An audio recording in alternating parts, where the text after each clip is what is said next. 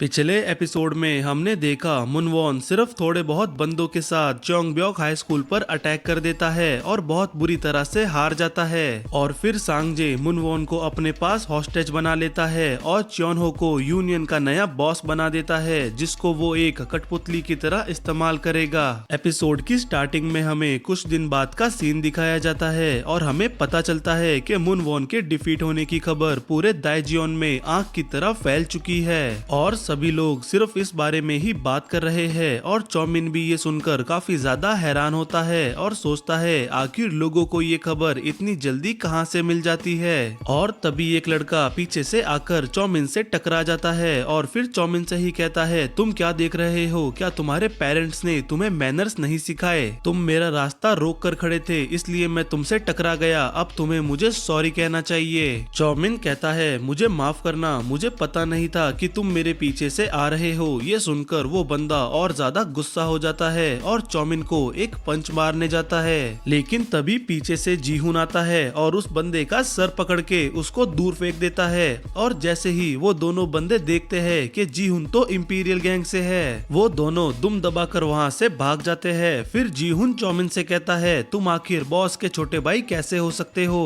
तुम तो हर किसी से मार खाते रहते हो। चौमिन कहता है, मुझे मार खाने का कोई शौक नहीं है। जीहुन कहता है, क्या फर्क पड़ता है, चलो मेरे साथ आओ, कुछ खाने चलते हैं। फिर सीन एक रेस्टोरेंट में शिफ्ट होता है जहाँ पर जीहुन चौमिन से कहता है, मैंने सुना तुमने मुनवॉन को हरा दिया, और सच कहूँ तो मैं ये सुनकर काफी ज्यादा सरप्राइज भी हुआ। क्या तुमने सोचा है अब तुम आगे क्या करोगे? चौमिन कहता है, भले ही हमने मुनवॉन को हरा दिया है, लेकिन अभी भी इंपीरियल गैंग बहुत ज्यादा अनस्टेबल पोजीशन में है। हमें हमारी गैंग की पोजीशन को और ज्यादा स्ट्रॉन्ग करने की जरूरत है, वो भी जितना जल्दी हो सके। लेकिन यूनियन हमें ये नहीं करने देगी, इसलिए हमें बहुत ज्यादा डिफेंसिव रहना होगा। और ये सब सुनकर जीहुन सोचता है, ये बंदा सही में बहुत ज्यादा स्मार्ट है, ये आगे क्या करना है उन सब चीजों के बारे में पहले से ही सोच कर रखता है। और इसने जो मुनवॉन को टेक डाउन किया है वो कोई लक नहीं है, बल्कि इसकी माइंड की पावर है। और मुझे ये एडमिट करना अच्छा तो नहीं लग रहा, लेकिन ये बंदा सही में एक बहुत ही अच्छा कमांडर है। फिर चौमिन कहता है, एक चीज है जिसके बारे में मैं कुछ भी सही से प्रेडिक्ट नहीं कर पा रहा। जीहुन कहता है, वो क्या है? चौमिन कहता है, वो है दाइजियोन यूनियन का चीफ ऑफ स्टाफ। ये बहुत ही ज्यादा सस्पिशियस है कि अभी हाल ही में जो बैटल्स हुई है उसमें चीफ ऑफ स्टाफ का इन्वॉल्वमेंट बहुत ही कम था, और ऐसा लग रहा था कि चीफ ऑफ स्टाफ को कोई फर्क ही नहीं पड़ता, भले ही मुनवॉन हार भी जाए। जीहुन कहता है, तो क्या तुम ये कहना चाहते हो कि यूनियन के अंदर एक इनर कॉन्फ्लिक्ट चल रहा है? चौमिन कहता है, ये मेरी बस एक थ्योरी है, लेकिन अगर चीफ ऑफ स्टाफ यूनियन के अंदर ज्यादा पावर होल्ड करता है तो अब से वो हमें काफी डिफरेंट तरीके से अटैक करना शुरू करेगा। जीहुन कहता है, यूनियन का चीफ ऑफ स्टाफ सही में बहुत बड़ा सरदर्द है, यहाँ तक कि स्योखा भी उसके मूव को प्रिडिक्ट नहीं कर पाता था। चौमिन कहता है, लेकिन मुझे लगता है कि तुम लीडर्स को इस बात की चिंता करने की जरूरत नहीं है, क्योंकि मैं उससे ज्यादा अच्छी स्ट्रेटजी बना सकता हूँ। जीहुन कहता है, बातें बहुत हो गई, अब खाना खा लो। और जीहुन सोचता है, इस बंदे की कुछ बातें तो बॉस से मिलती है, लेकिन मुझे अभी भी समझ नहीं आ रहा कि बॉस ने हमसे ये बात क्यों छुपाई कि उनका कोई छोटा भाई भी है। क्या ये बात उन्होंने इसलिए छुपाई ताकि यूनियन इसको टारगेट ना कर सके? और इस बंदे ने आखिर अभी अपनी आइडेंटिटी रिवील करने का क्यों सोचा, और आखिर इसने बॉस बनने का दिखावा करके हमारा यूज किया ही क्यों? मेरे पास बहुत सारे सवाल है, लेकिन ये भी सच है कि इंपीरियल गैंग को अभी इस बंदे की बहुत ज्यादा जरूरत है। फिर जीहुन कहता है, चौमिन, मैं अभी भी तुम्हें पसंद नहीं करता, लेकिन मुझे लगता है कि तुम इंपीरियल गैंग को जरूर इस वॉर में जिताओगे, लेकिन ज्यादा खुश मत होना, मैं बस तुम्हारी पोटेंशियल की बात कर रहा हूँ। तुम इंपीरियल गैंग के बॉस बनने के बिल्कुल भी लायक नहीं हो। चलो, अब तुमने खाना खा लिया है तो मेरे साथ आओ, हमें किसी बहुत जरूरी जगह पर जाना है। फिर जीहुन चौमिन को एक जगह लेकर आता है और कहता है, मैंने तुमसे कहा था कि तुम में पोटेंशियल है कि तुम हमें जिता सकते हो, लेकिन अभी भी तुम्हें बहुत कुछ साबित करना है और मैं तुम्हारी पोटेंशियल को बढ़ाना चाहता हूँ, इसलिए ये तुम्हारा पहला टेस्ट होगा। पूरी कोशिश करना कि तुम जिंदा रहो। ये बात सुनकर चौमिन थोड़ा कंफ्यूज होता है और फिर जीहुन चिल्ला कर कहता है, ओए बदमाश, मैं उसे ले आया जिसे तुम मारना चाहते थे, बाहर आओ और इसे खत्म कर दो।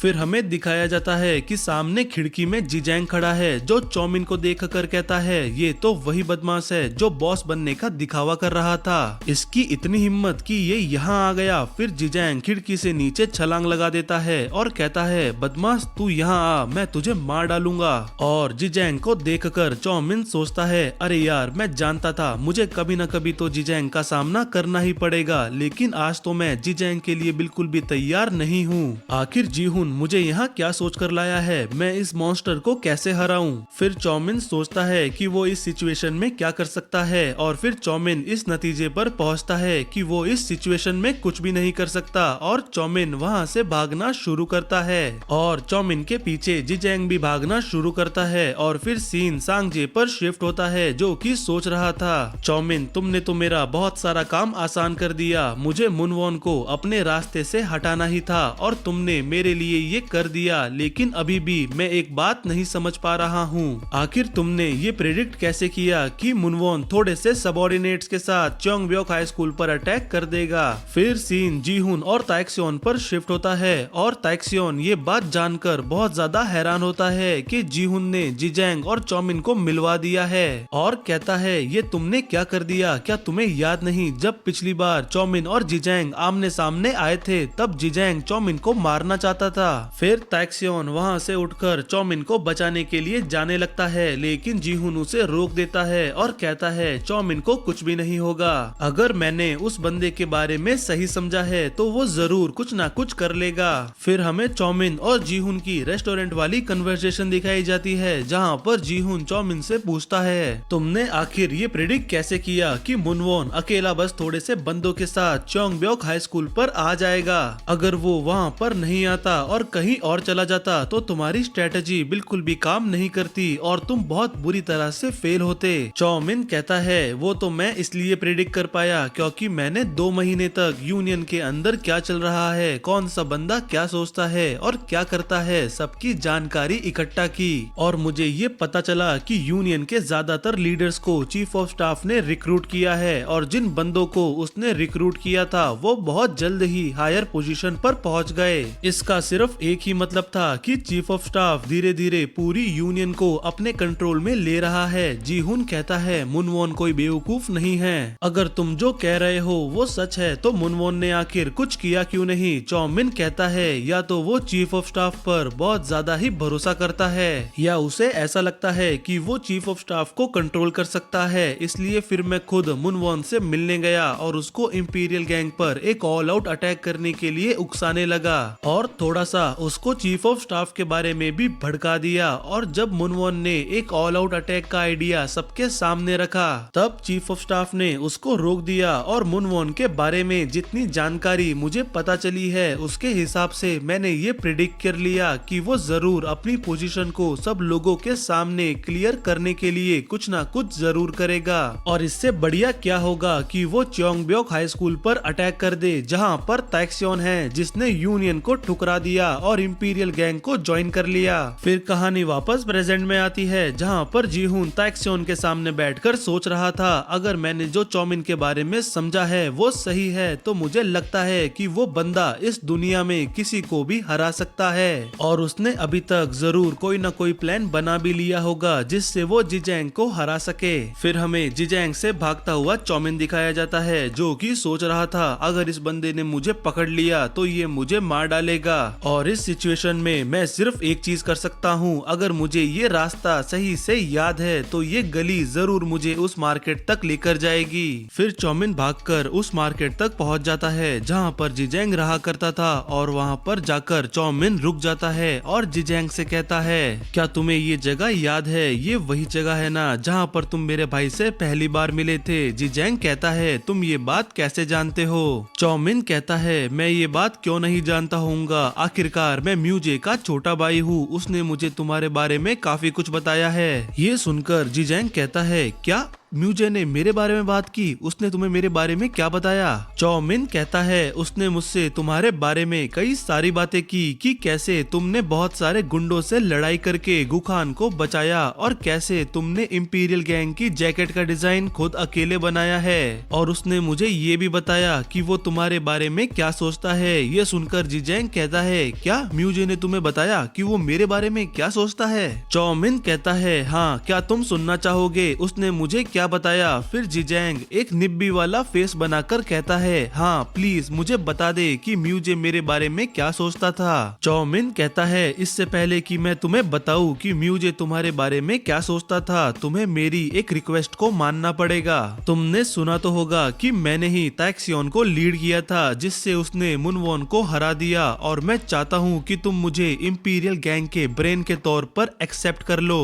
ये सुनकर जिजैंग कहता है क्या तू अपना काम निकलवाने के लिए बॉस के नाम का इस्तेमाल कर रहा है? अब मुझे लगता है कि मुझे तुझे खत्म ही करना पड़ेगा। ये देखकर चौमिन सोचता है अरे यार जिजैंग तो मैंने जितना सोचा था उससे भी ज्यादा समझदार निकला, अब मुझे कुछ और करना पड़ेगा। इतने में ही वहाँ पर एक बूढ़ी आंटी आती है और जिजैंग से कहती है ये समय तुम्हारे लिए सड़कों पर फाइट करने का नहीं है, गुखान को कुछ लोग उठा कर ले गए हैं। जिजैंग कहता है क्या गुखान वापस आ गया? ओल्ड लेडी कहती है हाँ वो आज सुबह ही वापस आया है, उसने कहा था कि वो कुछ ढूंढने के लिए वापस आया है। लेकिन तभी अचानक से ब्लैक सूट पहने हुए कुछ लोग वहाँ पर आ गए और उसको उठाकर ले गए। ये सुनकर जिजैंग को याद आता है ब्लैक सूट पहने हुए लोग पहले भी एक बार गुखान को उठाकर ले गए थे, तो ये लोग जरूर वही होंगे। फिर जिजैंग ओल्ड लेडी से रास्ता पूछकर गुखान को बचाने के लिए चला जाता है और ये सब देखकर चौमिन सोचता है ओल्ड लेडी ने अभी जिस बंदे का कहा कहीं वो वही बंदा तो नहीं है जिसका नाम म्यूजे की डायरी में है, जो मेरे डैड का फ्रेंड है और जो जिजैंग के बहुत ज्यादा क्लोज है। मुझे लगता है जिजैंग फिर किसी मुसीबत में फंसने वाला है, इसलिए फिर चौमिन जिजैंग के पीछे जाने का फैसला करता है। फिर सीन उसी बिल्डिंग पर शिफ्ट होता है जहाँ पर ब्लैक सूट वाले बंदे गुखान को लेकर आए हैं और चौमिन और जिजैंग वहाँ पर पहुँच चुके हैं। और चौमिन कहता है अगर तुम अकेले अंदर जाओगे तो ये तुम्हारे लिए बहुत डेंजरस होगा, मुझे तुम्हारी मदद करने दो, पहले हमें ये पता लगाना होगा कि वो कितने बंदे हैं, फिर हम चुपचाप अंदर जाएंगे। ये सुनकर जिजैंग कहता है तू साले बदमाश, तू मेरी मदद करेगा, बस चुपचाप यहाँ रह और यहीं पर मेरा वेट कर,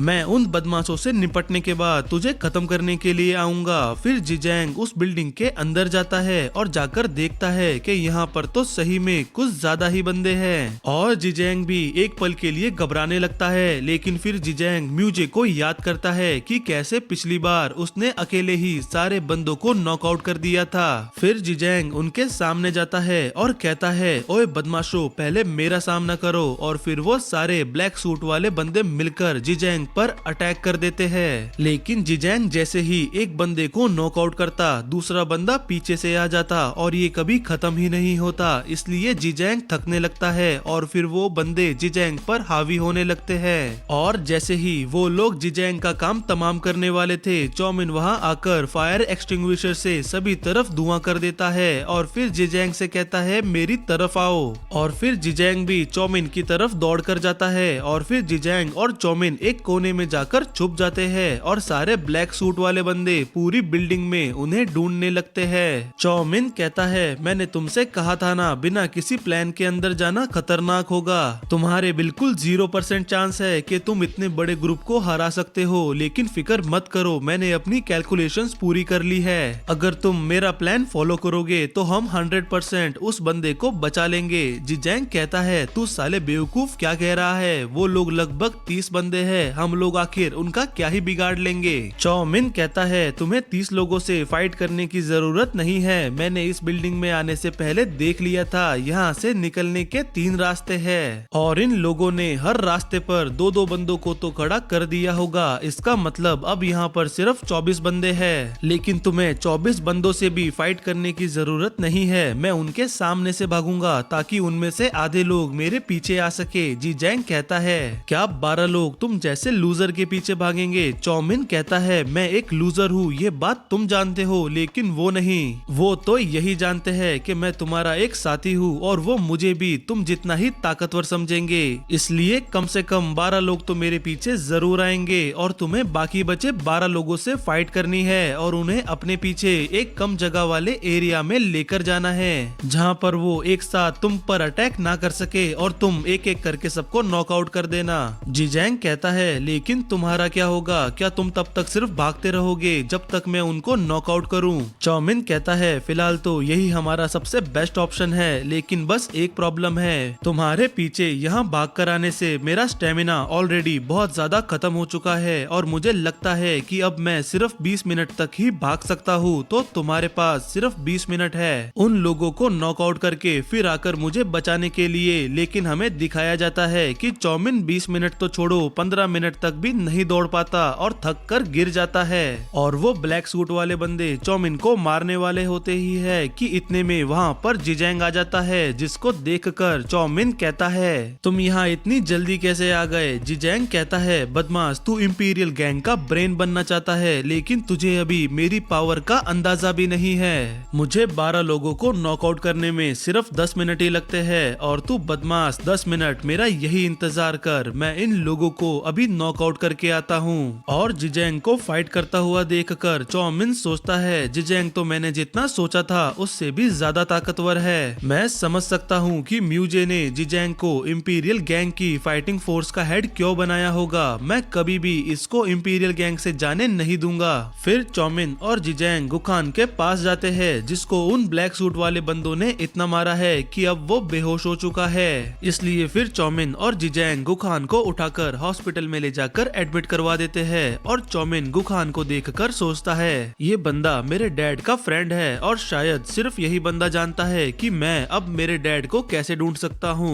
मैं उम्मीद करता हूँ कि ये जल्दी होश में आ जाए। फिर जिजैंग कहता है ओए आज मेरी मदद करने के लिए तेरा शुक्रिया। और चौमिन को लगता है कि अब जिजैंग की नफरत उसके लिए कम हो रही है और चौमिन उसको दोबारा पूछने वाला ही था कि क्या तुम अब मुझे इंपीरियल गैंग के ब्रेन के तौर में एक्सेप्ट करोगे। लेकिन इतने में ही वहाँ पर सांगजिन आ जाता है और कहता है क्या तुम लोग हो जिन्होंने मेरे डैड को बचाया, मैं तुम लोगों का बहुत बहुत आभारी हूँ। और हमें दिखाया जाता है कि सांगजिन के साथ में सांगजे भी आया है और चौमिन और सांगजे एक दूसरे को देखकर अपने दिमाग में बहुत सारी बातें सोचना शुरू करते हैं। मैंने ये बिल्कुल भी एक्सपेक्ट नहीं किया था कि वो तुम हो जिसने मेरे फादर को बचाया। जरूर हॉस्पिटल के स्टाफ ने इन दोनों को कांटेक्ट किया होगा, शायद हमारा यहाँ मिलना हमारी किस्मत में ही था। आखिर चौमिन अपने आप को जिजैंग के सामने कैसे ले आया? क्या अब मैं ये अज्यूम कर सकता हूँ कि चौमिन को अब अपनी आइडेंटिटी छुपाने की बिल्कुल भी जरूरत नहीं है? मैं श्योर हूँ सांगजे ने कहा था कि वो अपने बड़े भाई को मारना चाहता है, शायद वो यूनियन का इस्तेमाल करके अपने बड़े भाई पर अटैक करने का सोच रहा है। अगर अब चौमिन बिना उस डिवाइस का यूज करे इंपीरियल गैंग को लीड कर सकता है तो अब मुझे उस डिवाइस को अपने कब्जे में लेने की कोई भी जरूरत नहीं है। मुझे और जिजैंग को साथ में देखकर तुम जरूर सोच रहे होंगे कि अब मैं इंपीरियल गैंग को बिना किसी आउटर मेथड के ऑर्डर दे सकता हूँ, लेकिन ये सिर्फ एक अंदाजा है, तुम इस अंदाजे पर कोई भी डिसीजन नहीं ले सकते। फिर चौमिन और सांगजे आगे आते हैं और एक दूसरे से ऐसे बात करने लगते हैं जैसे कि वो कोई बहुत पुराने फ्रेंड्स हो। फिर सांगजिन आगे आता है और कहता है तो वो तुम हो जिसने उन बदमाशों से लड़कर मेरे फादर को बचाया, तुम तो कमाल के हो, मुझे यकीन नहीं हो रहा कि तुमने 30 बंदों से अकेले फाइट कर ली। अब मैं तुम्हारी ये काइंडनेस कैसे रीपे करूं? जिजैंग कहता है मैं बहुत स्ट्रांग हूँ और मुझे तुमसे कोई भी पेमेंट नहीं चाहिए, तुम उसकी चिंता मत करो। सांगजिन कहता है फिर भी मैं तुम्हारे लिए कुछ करना चाहता हूँ। जिजैंग कहता है वो सब छोड़ो, तुम मुझे ये बताओ तुम ओल्ड मैन की इतनी चिंता कर रहे हो,